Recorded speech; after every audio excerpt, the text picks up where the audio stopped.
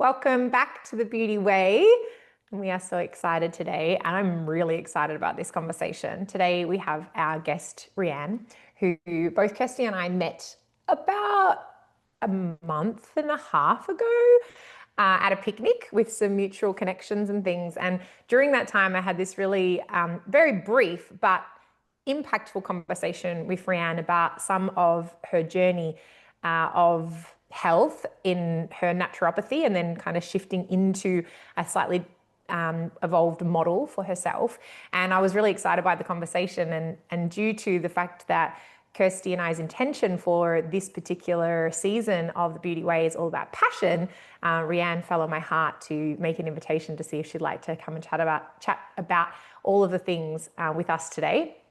And so I'm gonna read a little bit of her an introduction about who she is, because I feel like it speaks really well to kind of what got me excited about having a conversation with her and bringing her onto the podcast. And so Rianne practices a terrain-centered, nature-first naturopathy. She sees symptoms as signals and understands that the guiding principles of natural systems are intelligent, self-healing, and self-correcting. Essentially, we are nature too. Many people are misled when it comes to understanding the language of the body. I help people decode the information of their symptoms and work in alignment with our onboard healing intelligence, helping people to come back into balance and feel safe in their bodies. Rianne is one of a growing number of practitioners helping humanity remember its innate healing capacity and is willing to challenge deeply held beliefs about health. Her work serves not just individual healing, but collective awakening through paradigm shifting education. She is committed to empowering her patients through symptom decoding that reframes the client's relationship with their body and using nature first strategies that work with, not against, the healing blueprint. Love it. Welcome. Welcome, Rianne. Yeah, thank you, Carissa. Thank you, Kirsty.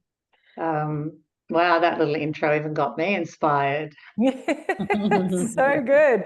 It's so good. And I was thinking in the shower this morning, I was like thinking about our conversation today, and I was trying to remember what age I was when my mum handed me the book by Louise Hay, You Can Heal Your Life, and how All she's right, got yep. this like excerpt in the middle of the book that talks about the emotional relationship with the different parts, like different expressions in the body. And I'm not actually even 100% sure that that is kind of what kind of rounds into what it is that you talk about. But I was feeling into that, and I was very young. It's been a huge conversation for me my whole life. And my mum was a naturopath, and I'm studied nutrition, and Kirsty's studied naturopathy as well. And so we've got lots of common threads on this session. I'm excited to dive in. I'm really curious, Rianne, as to how it's evolved that you are focusing on this terrain-centered approach now. Is it something that's always been with you, or did it evolve through your own practice, through your own experience with your health? I'd love to know like a little bit about that. Yeah, sure. I would say it's actually a combination. I was first attracted to naturopathy because I understood that the body could heal itself. I had experience of that. I would, fall and graze my knee or cut myself or, break a bone. Sure, we set bones. However, it's the body that does the healing and the reconnecting of the bones. So I knew that there was something in the system that drove that healing process. And when I went into training, I was looking to go deeper into that space. And what I found after the training and then 15 years of practice and additional education, that it's not quite what I was expecting in a lot of cases, not always. And so the last, 7 years has been a deeper journey for me, towards kind of reconnecting and remembering that intelligence that natural living systems carry. And of course, we are a natural living system. And so it's really become a passion reignited my passion for the innate healer, yeah, in the last 7 years or so. And then the more I learn, the more I just go, oh wow, this is a very interesting thread to unravel, and it just feels like it keeps going and going. Mm. I'm really curious to hear. I think there's probably a few people that listening who haven't heard the term terrain theory or terrain style medicine. And so I'd love Mm-hmm. you to just describe a little bit about what that means to you. Yeah, sure. Because, well, the terrain, let's start with kind of establishing what is the terrain, and then that will make sense of the terrain centered or terrain centric approach. And so when we're talking about the terrain, and this is something that gardeners or farmers or keepers of animals would probably understand or have a knowing of. But when it comes to our terrain, it's referring to all of the self-healing and self-regulating processes that occur in the body. And this includes our bodily fluids and tissues. When we're talking about our human terrain, we would be factoring things like our pH, and the pH is not just systemic because, of course, it's different pH in different parts of our terrain. Our mineral balance as well, the food, the air, the tone of our nervous system, and also the emotional experiences, really. So it's all of these factors create our terrain, essentially. And so a terrain-centric approach to natural healing means that we're first aware of and sensitive to the fact that there are many dynamic self-healing and self-regulating processes occurring in the body all of the time, and that they're influenced and related to and dependent upon all the other, like the pH, the food, the mineral balance. And so it's taking, I think, it's a broader perspective, really, rather than looking at a symptom, but it's looking at all of the factors in the system, and then looking at, okay, so if there is an imbalance, where, why, and how is that coming about, and then how do we address that, also aligned with nature first principles, because sometimes we're misunderstanding what the body is trying to tell us with the symptom. And there's been a very heavy messaging program, of course, that we just got to get rid of the symptoms and get on with life. And often it's involving suppressing the symptom. And so if we can do that naturally, and then we're overriding that intelligence in the system, and therefore it's not a terrain centric approach. Does that answer your question? I love what you're speaking to, and I know that it's like close to mine and Carissa's heart as well. If somebody's listening and they haven't heard this before, what is uh, what is it how is it that the terrain theory is different to existing theories? And what I mean by that is how does this help someone to heal? Like if I'm going to if I have say a sore knee, for instance, and I come to you and I'm like, I need you to help me, like I need you to give me a herb that's going to support my knee. What's the Mm-hmm. difference between how you would interact with this and how, say, if you just went to a general practitioner who worked with, I'm just going to say like germ theory, for instance, or something like Mm-hmm. that. What's the difference between how you would approach this particular situation? Yeah. Okay. Um, well, say let's speaking from the germ kind of theory paradigm, or the I don't know, green allopathy is a term that I use a bit, or it's very much the kind of current medical dogma, and it might be, oh, there's a sore knee, let's get some turmeric happening, and there might be some icing, and oh, we've got to manage the inflammation here because the inflammation's the problem and it's causing the pain. And Yeah, and I mean, in all honesty, I have been there and done that. So, yeah, so my approach nowadays would be quite different. It's funny when you said the knee, the first thing that came into my head was astrological influences and, thinking about Capricorn and anyway, but that might be a thread that comes through a conversation. But yeah, would definitely be factoring in things such as the emotional component or quality or any energetics. And because something that I think is overlooked or not well represented is the fact that a lot of our physical manifestations are actually happening outside of the physical body, but they just show up there. So for me, it's never enough just to address the knee. I need to look at all the structures that are around the knee, and that could be the physical alignment. Is there an issue in the shoulder that's affecting the knee?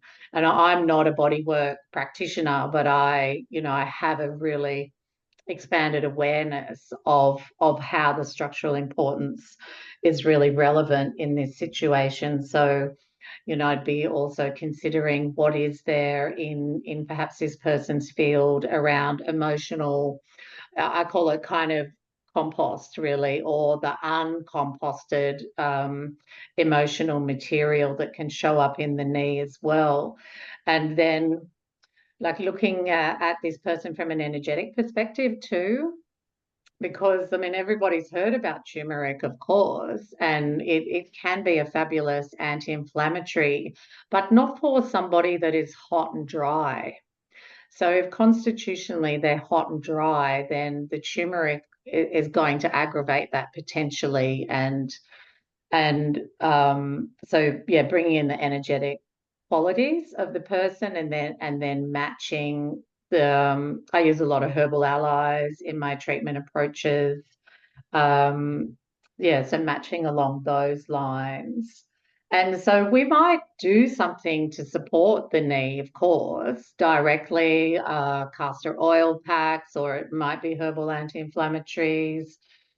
But it's not the sole focus of the treatment, because for me, working in this systems model, I I actually have a really hard time just to see the one component. Like, I have to look at the integrated unit and the system, and what are all the other influences that are coming in and manifesting as a sore knee.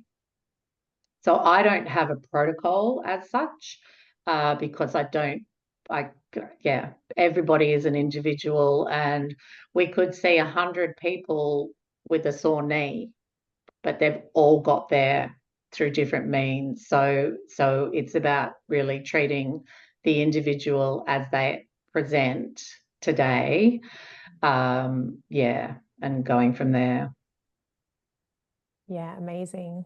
I remember one aspect of our conversation, my interpretation of what it was that you shared was that at some point in time, you had kind of received these new kind of pieces that had kind of flipped your understanding of the model in which you were working with up until that point on its head. And I would love to hear a little bit about that experience or that story, and what was the big change that happened within you that had you sort of take a different direction or a different route? Sure. I think there's a combination of things, as seems to be the way. And like prior to my deepening my understanding, or actually flipping, yeah, many of the things upside down, I was actually quite jaded with with naturopathy. And, if you listen to the industry and read the studies, they might talk about a particular condition, and then, oh, it's this deficiency and that deficiency, and they need this and that, and I mean, everybody knows that people have got cupboards full of supplements and they're not getting any better. And it's like you could go so far down that road, just prescribing, and kind of not really getting anywhere, or just being majorly diverted from the path. And So for me, and I'm sure like for many others, the pandemic era was quite the gift, or brought many gifts. And one of the gifts for me, so I saw a video, and it was talking about you can't catch a virus. And I was like, what do you mean you can't catch a virus? I've been treating people with viral infections for so long now, and they do really well on the herbs and yada yada. And anyway, then it just kept coming to me. It just kept coming, and it was like, okay, this has got me, and I'm open to it. And then so I started looking, and following the people that were really active in this space, and then looking at some of the, yeah, I guess the history with the studies, and the definitions itself, and the techniques on how do we actually define and isolate these microscopic organisms. And then it was like, oh, okay, yeah, right, yeah, never been isolated, contagion, it's not what I thought. And then it became for me, well, what else? And what next? And so, yeah, it's been a pretty busy journey in that regard, and very fruitful, I would say. And I was so grateful for the flip of the paradigm, because it, yeah, I just felt it. Like it just felt so different. And the essentially what I see at the heart of the different paradigms is, one, there's this kind of victim consciousness, disempowered, no agency, or, I can be as healthy as possible and do all these wonderful things, but somebody might sneeze on me when I'm on the train, and then I've got the, pneumonia. And so, yeah, there's that kind of victim-centered energy, or there's the empowered and agency, and who's responsible for my terrain? Me. It's really about that sort of radical self-responsibility. And yeah, so it was a wonderful moment back then when that, yeah, first penny dropped, and then ever since it's been very exciting. What a gift. I was wondering if it was during that period, because you mentioned the last 7 years, and I was wondering if that had brought that sense to you, because it's a process of awakening, isn't it? And when when I was reading your bio and you were talking, it was talking about, we are nature. That was Mm, my heart, because we are nature, and there's so many aspects of nature that we can't see yet. mm, Nature continues to grow, and nature continues to move, and has this process at her heart without us actually knowing what's going on. And so we need to tap into all of these unseen aspects in order to create that the optimal healing. So I love that you had that awakening process, and that now you can take others on that awakening process either. And that you said that you didn't stay in the, well, this is the science that I've been taught, and this is what I know. You were like, no, I'm open. I'm open to receiving more information about this, so that you then educate others on this terrain theory aspect, because it's so incredibly powerful. So mm. I Yeah. there's so many things. um, One of them is, for someone who has never heard of the term germ theory, or doesn't kind of put together these pieces that you're speaking of, because I feel like we are very familiar with these terms because of our backgrounds and because of the way where we've come from and what have you. I will never forget when I listened to Dr. Thomas Cohen on a podcast, and he spoke about terrain theory, and it kind of was like the affirmation that I needed from a science perspective to really understand at that level what I had always known to be true, because these were the kinds of messaging that I received in my household as a child. But it was never really kind of spoken about from, well, this was what they haven't studied in science, and this is why these things can also be seen to be true. And so for someone who hasn't sort of seen or heard those pieces, germ theory, how would you describe what's happening in the body if you have a house full of people and one person has a cold, what explains the other person getting a cold, if not catching the cold or a transference of germs? I would love to hear just your kind of natural explanation of that, just for the people that have not maybe come across that as a new way of considering health before. Sure, yeah. So what you're asking there is, what are the other possible factors that might look like a germ infection? And just when you were asking what's saying about germ theory, like a lot of people might not have heard that term or know what it is, but pretty much everybody knows it because that's the majority of how we live. And I think there's a parable, or maybe it was just a joke, but they're like two young fish, and they're swimming along, and they swim past this old fish, and the old fish says, "How's the water, fellas?" And they look at each other and they're like, "What water?"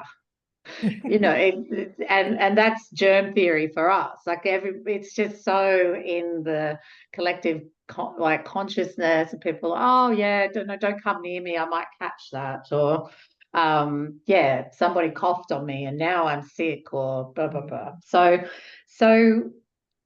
what might it be? And we may not have the absolute definition or language around it, but I often use examples such as yawning. Someone will yawn, another starts to yawn. Most people would not say it was the microbe that caused that. And it's the same when women's menstrual cycles synchronize, often when they're living together. And I mean, there's a lot of research out there in terms of the electromagnetic communication. And I believe that there's cell-to-cell communication that's happening outside of our awareness, and it's probably happening on an electromagnetic frequency, like the yawning. I don't know why I'm triggered to yawn when somebody else does, but it happens. And some of the, I guess, other proposed models of, so why is it that somebody catches something and somebody else doesn't? An example I lived through was of my three children, two of them got chickenpox when it was going around and one of them didn't. And it's not that she had a better immune system than the other two, really. I mean, I'm not even, the immune system isn't what we've been told either. That's another one of the, furphies out there. But so it's possible that the two that expressed the chickenpox had picked up this cell-to-cell communication from other members of their tribe and their school community, and that communication was saying it's a really good time to detox right now. And so if I have toxic cells or cells that need a clean, they pick up that resonance, and that intelligence in my system, not this intelligence up here, but the system intelligence says, yeah, it's a good time to have a detox now. And so it goes. I think what happens a lot of the time in children, particularly because they're going through a lot of growth spurts, and in order to do that, they have to break down tissue so they can stretch more. So this broken down tissue is got to be broken down and excreted out of the body. And these childhood illnesses childhood expressions really may be a way of, oh yeah, we'll sweat it out. It'll come out through the skin in a rash. Yeah, we'll blow it out our nose, that type of process. Yeah. I just Does had that make sense? yeah, totally. And I just had a vision of kids in daycare. And obviously there's this thing about how when kids go to daycare, they have these sicknesses and they bring them home and they're like constantly. And the image that I just had was that obviously we can say that the kids get more sick because they're around more sick kids. And even from what you just shared, we could talk about how there's the evolution and there's such a exposure to so many different frequencies and so many different individuals and things. But the image that I had when I said that was that must be such an enormous experience, not just for the kid, but also for the parent to be in this separation experience, particularly when the kids are babies, right? And that because so many people that I've seen over the years with children that go to daycare, and then all of a sudden, like everyone in the family's sick, and they're like, oh, it's because of daycare. Oh, it's because of daycare. It's like, well, it is, but it's this image that I'm having is it's not because there's more sickness in the daycare. It's because there's this separation piece when at that phase of our life, the importance of attachment and being connected to our parent is actually vital for our life. And so I'm curious, like, Boom. what you respond to that. Yeah, I think you've nailed it there. I've never thought about it directly like that. And again, I will say there's so many factors. I mean, also I've seen some of the food that gets fed in these centres, the lighting. Yes. But yeah, the emotional experience I think would be paramount there. And yeah, absolutely. And it's so interesting because a lot of these kind of childhood or daycare expressions are quite respiratory, aren't they, and lungy, and as we know, that's where a lot of our grief can sit. I I love just it. got chills. Yeah. Yeah. And you said the word before, you said that resonance word before. And I was exactly that situation that you spoke of with your daughters with chickenpox. Both my sisters got chickenpox. They got German measles. They got a whole bunch of things, and I didn't get any of them. Yeah.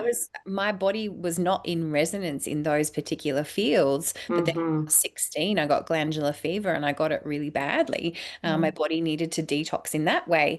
But this aspect of resonance, again, take it back to terrain theory.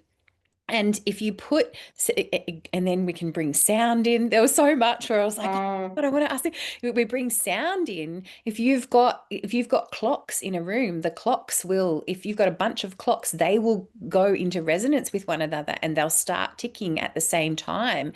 When you've got different musical instruments, and if one is playing a particular note, then other instruments will come into resonance with that. And there's just so many aspects of this experience that are unseen that we don't understand if we were to just come from this space of germ theory or the conditioning of whatever we've believed health to be. And so naturally, by just sharing these little pieces, I feel that you're offering the opportunity for people to open their minds if they haven't before as well.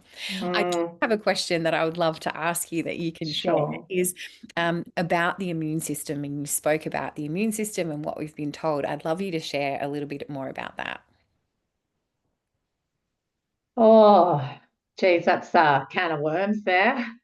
Do I have to use any special like censored language or um well, I guess the reality is that so much of modern medical understanding has come through, well, essentially dissecting dead tissue, as well as a kind of electron microscopy, which is also dead tissue. We have no idea what the system looks like and how it functions when it's alive. We can only make assumptions based on dead tissue. And so that's one of the aspects around all of the systems, really. And there was a biologist, I think he did a lot of his work 40s, 50s, and 60s, Harold Hillman. And in the 60s, he said something about pretty much all cell biology is unreliable. But I guess where I'm quite interested in reframing our understanding of the immune system, we've inherited this language, the attack and the germ and the immune system, it's this army and it fights things. And I don't see it like that. I see it as a regulatory system, really. And it's just fielding information, processing and responding to the inputs that are coming in. That, yeah, there's nothing for us to fight. There's nothing that we need to take like an anti approach to.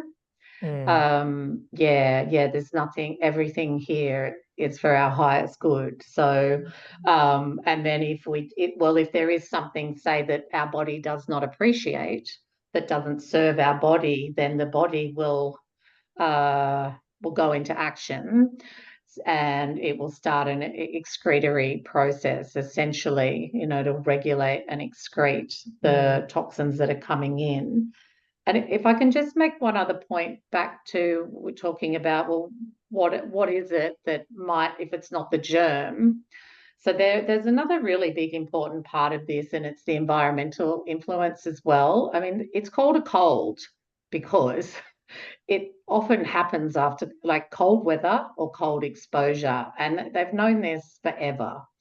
And what we also know is changes in the weather, in the environment, lead to changes in our respiratory tract.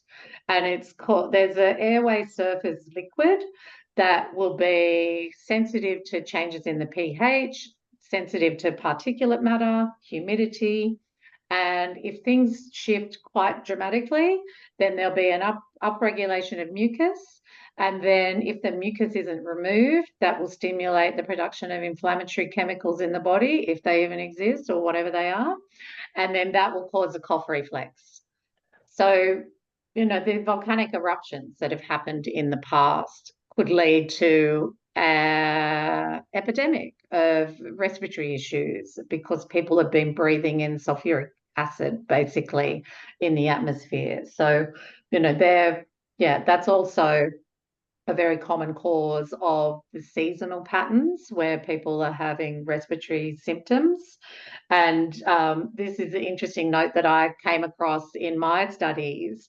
So when they do the modelling, say for a viral spread, it more correlates with environmental conditions, celestial activity and solar radiation than it does with the actual viral model. And people have known this for a very, very long time. Yeah. Yeah. And At 11:11. yeah. And so we've been focusing on the small molecule rather than the big picture. And again, coming back to natural systems, living in a co-regulatory fashion with other natural living dynamic systems, there is no molecule. Like, they don't exist on their own. So it's not really worthwhile looking at them on their own. I remember when I listened to this podcast with Dr. Thomas Cohen, and for those who don't know who, I'm making an assumption that Rian, you have. Yes. Yes. Yep. And I know Kirsty has, because I think we've talked about him before. But for those who don't know who he is, I feel like, at least from my very minimal kind of research and understanding on this topic, he is kind of one of the pioneers, or at least he is talking about this at a kind of great level. And one of the things that he spoke about in this podcast was how they have actually never, at a scientific level, they've never actually been able to isolate these germs and have them do the thing that they think that they do. And this is why they have to have adjunctive, like, things in our medicine to have them. And when I say medicine, I really mean vaccines and different types of things that have particular response in our body. The reason that they have these extra binding agents is because they can't actually create the response in the body that they think is what the germ theory suggests happens. And I remember him saying that the germs, or the viruses or the bacteria, particularly like if you have a sore, it's your body's way of doing the thing that you said. They come in to support the cleaning up or the excreting or whatever it is that our body needs to do. And when I heard that, I just thought that was so interesting, because the relationship that we have with all of these different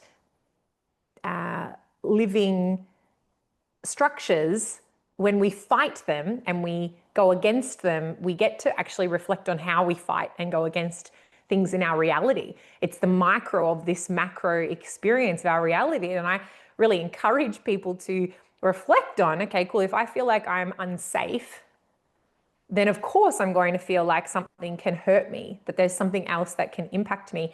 And then when we start to kind of flip this script and start to change the model of, like, what if all these things were actually a part of this process that our body's going through? And of course, if we have been absolutely, pumping ourselves because we're so busy and we're not, you know, we're not stopping. And then all of a sudden we get sick and then we go, oh, bloody hell, you know, I'm sick now. Of course that's going to happen. Instead of actually just listening to the fact that we are not listening to our body, and so therefore it needs to express in an even greater way because it doesn't have the capacity to on the daily process and detoxify in the same way that it should be able to, because we're not stopping, we're forcing, we're moving, and yeah, I get really excited about this whole topic of how we can come into more harmony with our bodies and more listening with our bodies, and imagine what would shift at a greater collective level if we just shifted a greater collective perspective on this particular dynamic. Absolutely. If we came a little bit more into being, instead of so much of the doing. I've just been sitting observing this conversation whilst being in it at the same time and seeing how many layers are being spoken to in this conversation.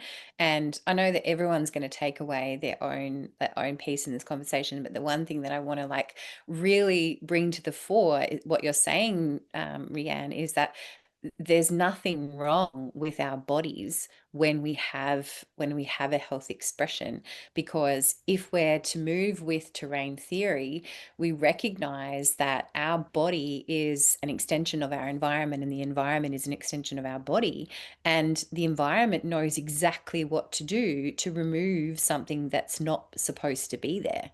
And so it's respecting the intelligence of our body rather than saying that there's something wrong with our body and we need to fix it. There's such a difference in those two paradigms, isn't there? Absolutely. Absolutely. Mm. There is can I read a quote? Is that all right? Because I think it speaks really well to what you just said there, Kirsty. Um, and this was a naturopathic physician, sort of the early 1900s, Herbert Shelton, and he said, health and disease are the same thing. Vital action intended to preserve, maintain, and protect the body. There is no more reason for treating disease than there is for treating health. I mean, it's all on the same spectrum. And I often talk about the temperature spectrum, you know, as a kind of model. Like, at what point is it cold? You know, that we just define a value, really.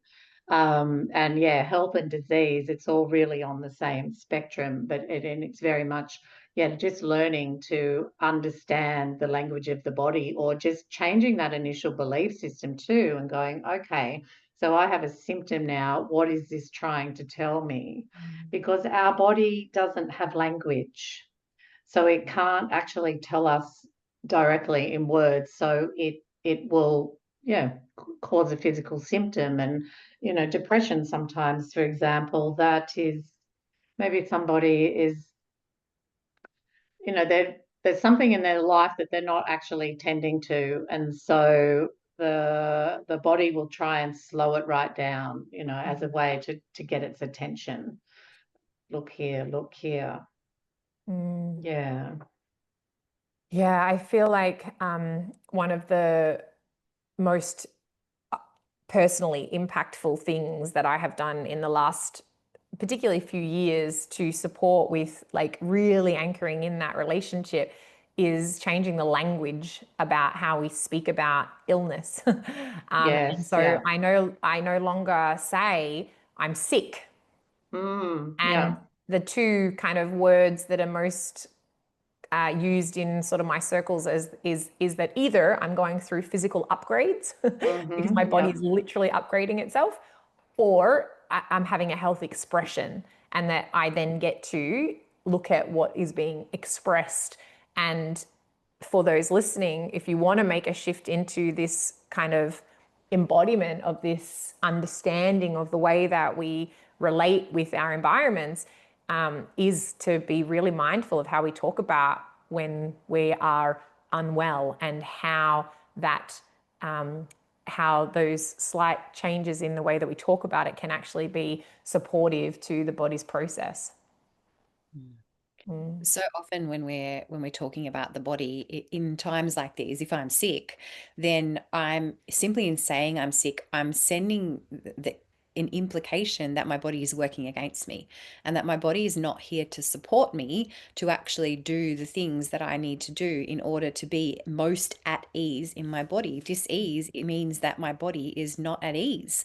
And so if I'm using these words, I'm sick, I'm implying that my body's not supporting me. And so it seems so simple, doesn't it? But it's something that we've been so deeply conditioned to believe that it's all outside of us. And I'm hearing how you're helping to educate others that it's all coming from inside, and we get to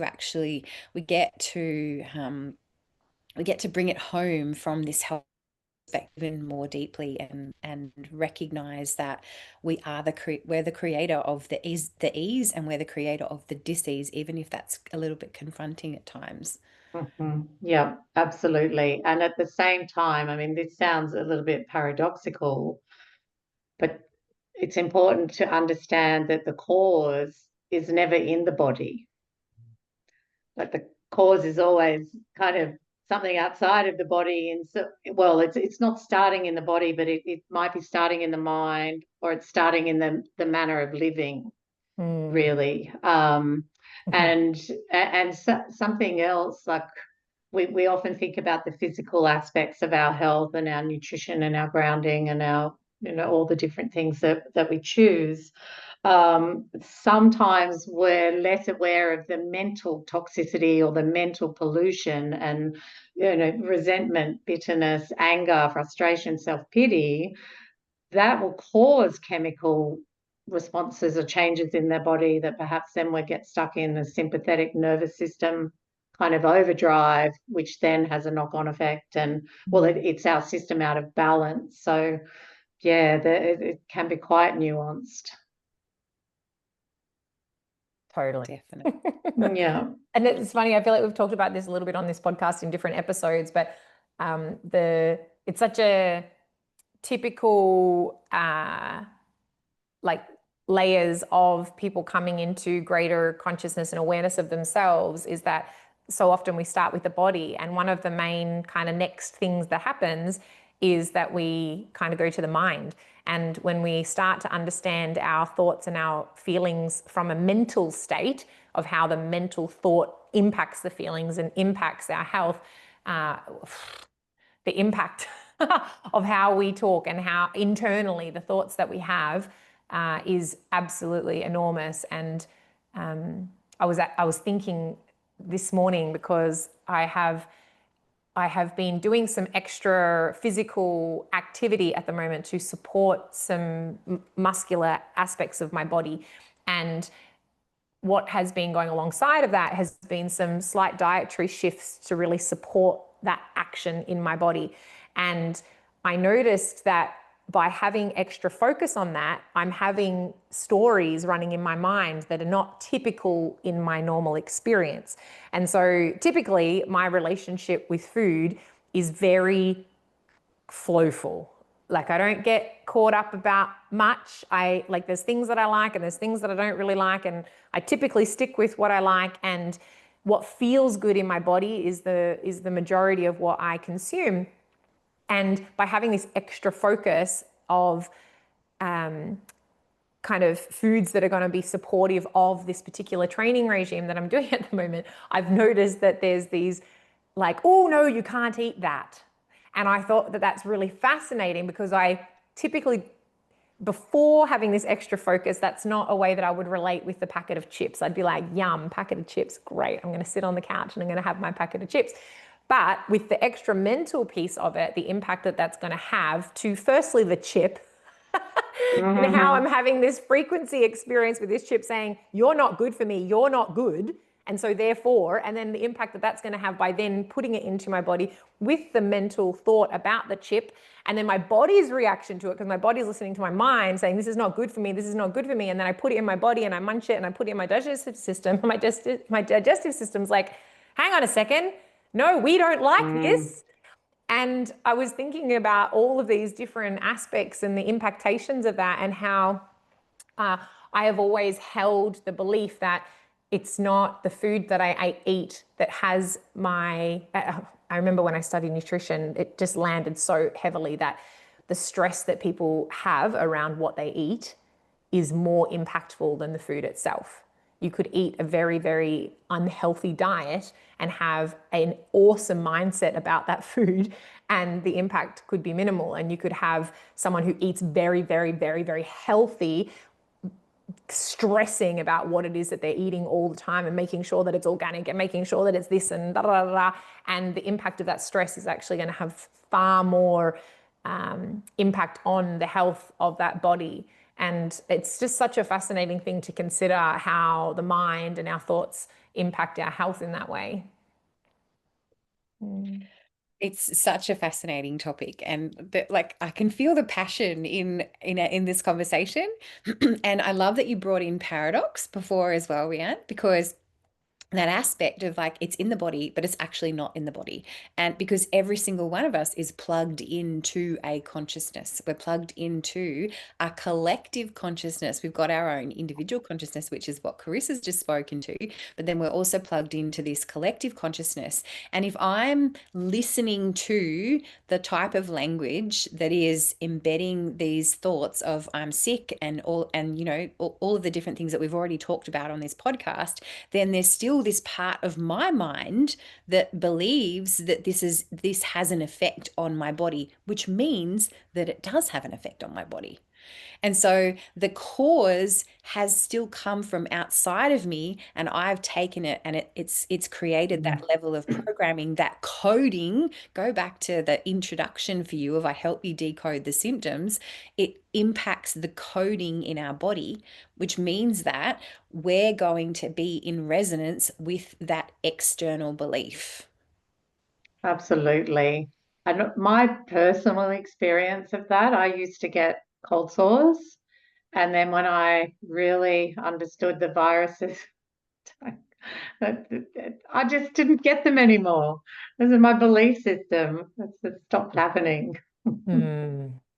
Yeah, I've seen people have a similar experience with cold sores as well, and actually building a relationship with the virus as opposed to seeing it as this thing that holds shame and disgust and all these things that are often associated with some of the conditions that we have, particularly Yeah. visible ones, and how that has completely transformed the physical manifestation of that experience. Yeah. Change their energetic experience, change their emotional coding. Yeah. Mm. Super powerful, super powerful. Yeah.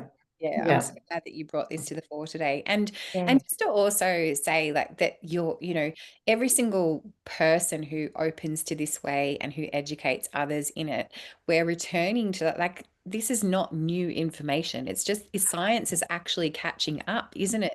Yeah. It's truth. And when we align with this truth and we start to look for it more and more, we realize how true it actually is. Absolutely. I mean, a lot of the reference documents that I'm looking at are 100 years old. I mean, then we can go back to older cultures, that, yeah, they've known this all along, really. Yeah, none of it's new. It's a remembering, really, that we're going through. And, coming back to this mental aspect and the beliefs that we carry, if I could just speak a little bit to I've just found myself being a real advocate for the underdog these days, and it's the bacteria and the parasites and the fungi they just need someone to stand up for them, I feel, because they've had a lot of bad media and they're very misrepresented.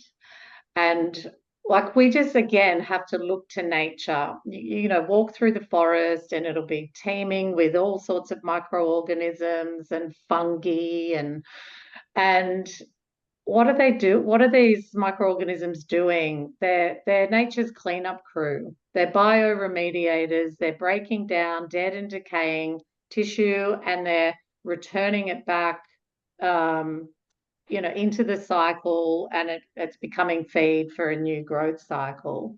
And so why would the activity of these organisms be any different when they're in and on our natural living system.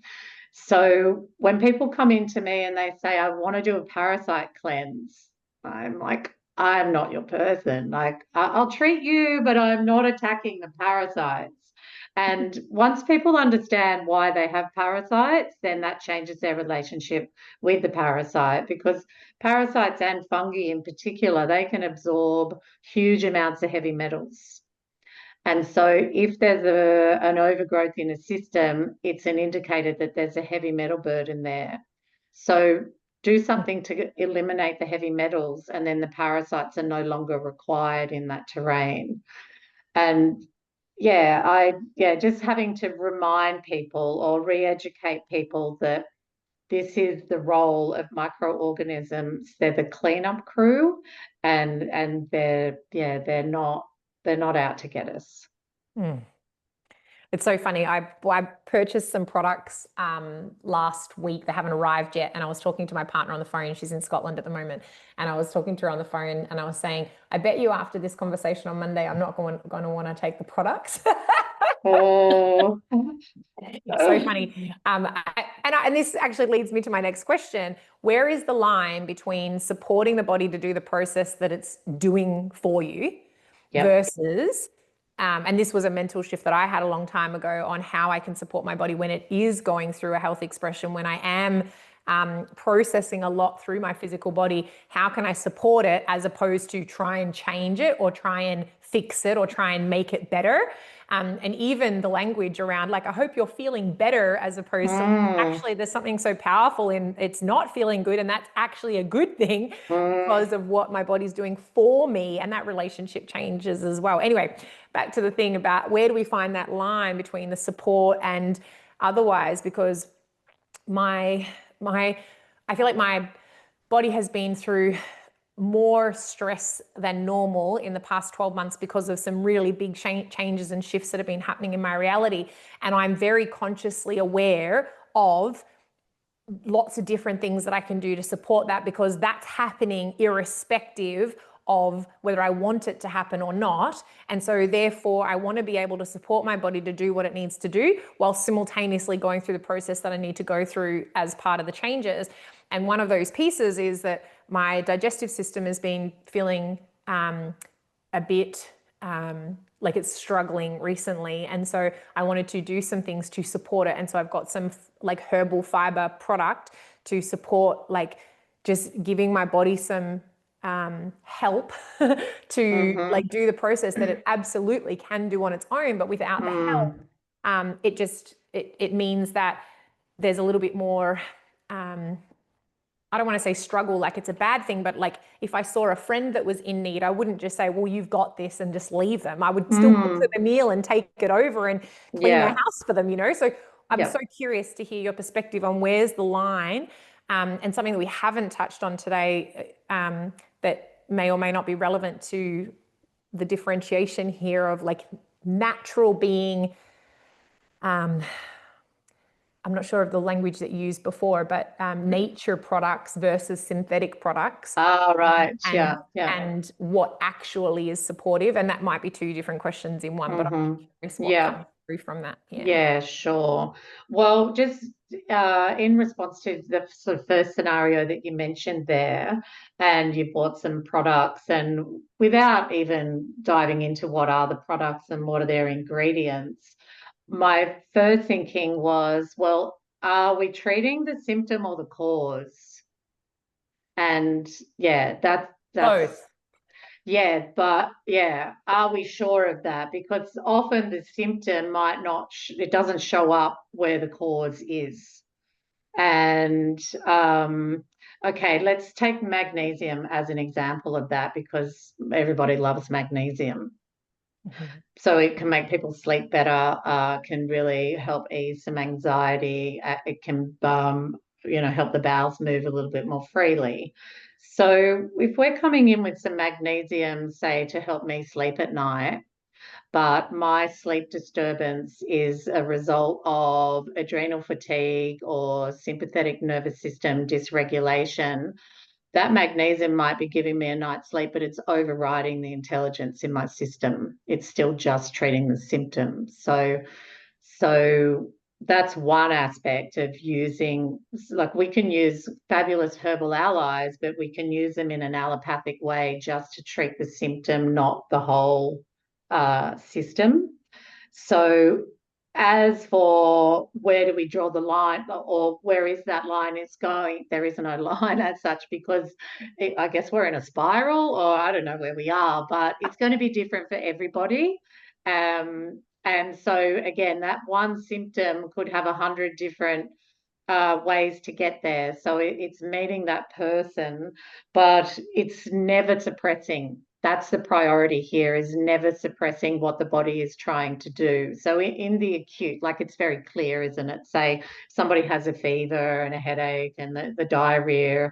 Well, we're not going to stop any of those things because they're all the excretory mechanisms, but we might be able to regulate it and support it. And again, things like some of the herbs are really great. They can bring more heat to the skin and help with the blood supply. So it's a less intense burning up type of sensation. So yeah, it would really depend on every case. Yeah, it's pretty hard to answer that as such. But what it would also ideally never involve is the use of, okay, no, there's no such thing as never or absolute. So I'll retract that. We don't really want to be suppressing symptoms with many of the vitamins these days. Well, petrochemically synthesized products and yeah, from the coal industry essentially, and a lot of chemicals are used in the production of them. Also, a lot of supplements are essentially waste products of industry that are sold back to us, not that dissimilar to the fluoride story as well. So, yeah, being selective about what, no, yeah, it's very difficult to know actually what's out there. Most people come in and they say, but I've got the practitioner only products. I say, yeah, you've just paid more money for petrochemical derivatives. Essentially, that's often what's going on. Whole foods are really great support. Yeah, I do like things like homeopathics, isopathics, tissue salts, just using fluid, using sunlight, using the bath, hydrotherapy in all the different forms. And often it's a case of just not putting that much in. And the body's already trying to deal with something. So not overwhelming the system with more. And yeah, definitely if we're looking at most of the supplements, then putting in synthetic products that are very difficult to detoxify and eliminate are going to put the system under more pressure. Now, I'm not sure if I answered your question there. Yeah, you did.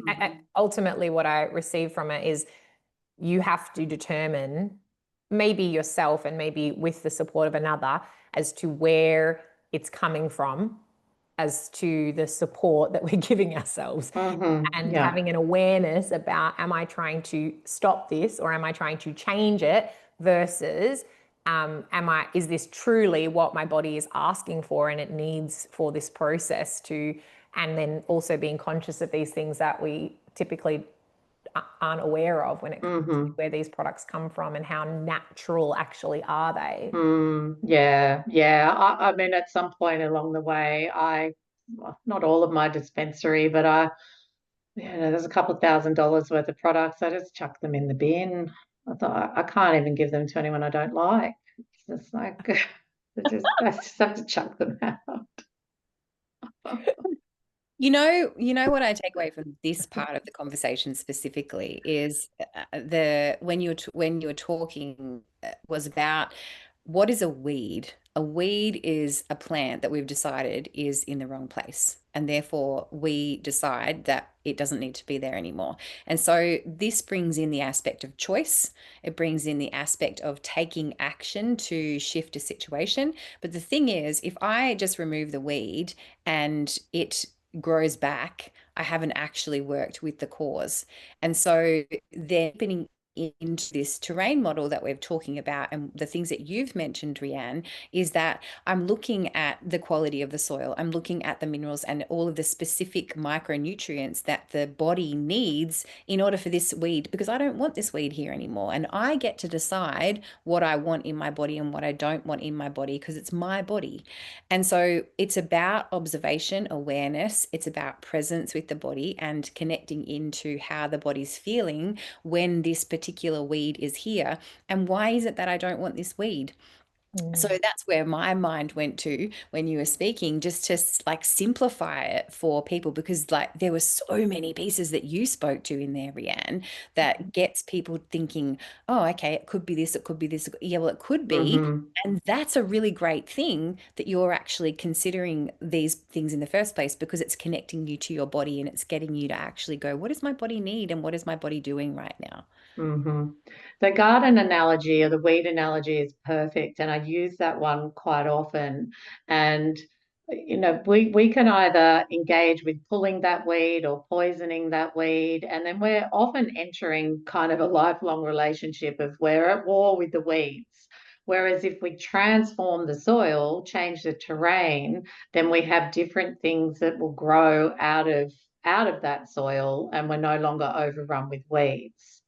And another little light went off for me then, Kirsty, when you were talking about the weed and where we define a weed just because it's in the wrong place. Like nature doesn't do good or bad. Like, we need top predators like the sharks. Every single life form fulfills a function in nature. And that's as true for worms and parasites and bacteria as well. And so when they arise in our body, they arise there as a result of the terrain of our body in response to that and to serve the terrain, to Beautiful. clean it up. Yeah, beautiful. Oh, I could talk What about an this awesome, all day. what an awesome spot for us to finish on, I think.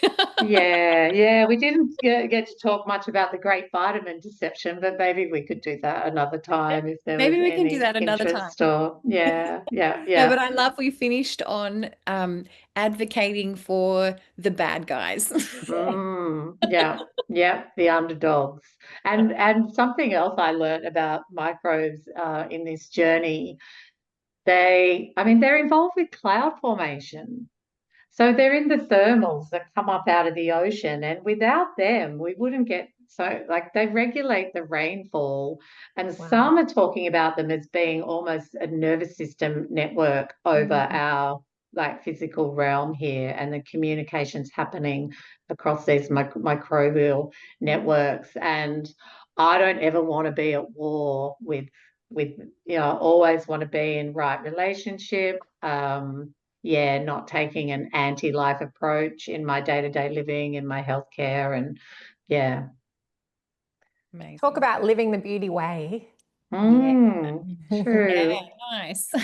true. Well, thank you so much for joining us today. This has been, I've been looking forward to it ever since we had to postpone from the week before. Well, ever since we booked it in, but when we had to postpone, I was like, oh, I'm really excited about it.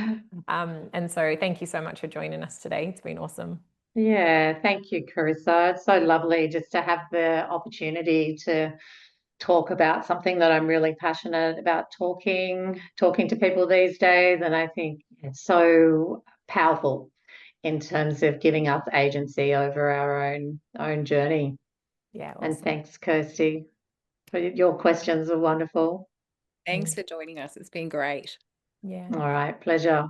Well, until next time, listeners, thanks for listening in. And if you have any comments or if you want to get in touch with Rianne, we'll put some little pieces down the bottom. I'm not sure if we've got a website or something that we can connect you with. We'll put them in the show notes, and we'd love to hear your feedback. What kind of awarenesses did you have, or what kind of like, holy crap, that's not how I've believed something to be this whole time? We always love to hear people's comments and feedback. And so send us a little message or whatever. And yeah, thanks so much for listening.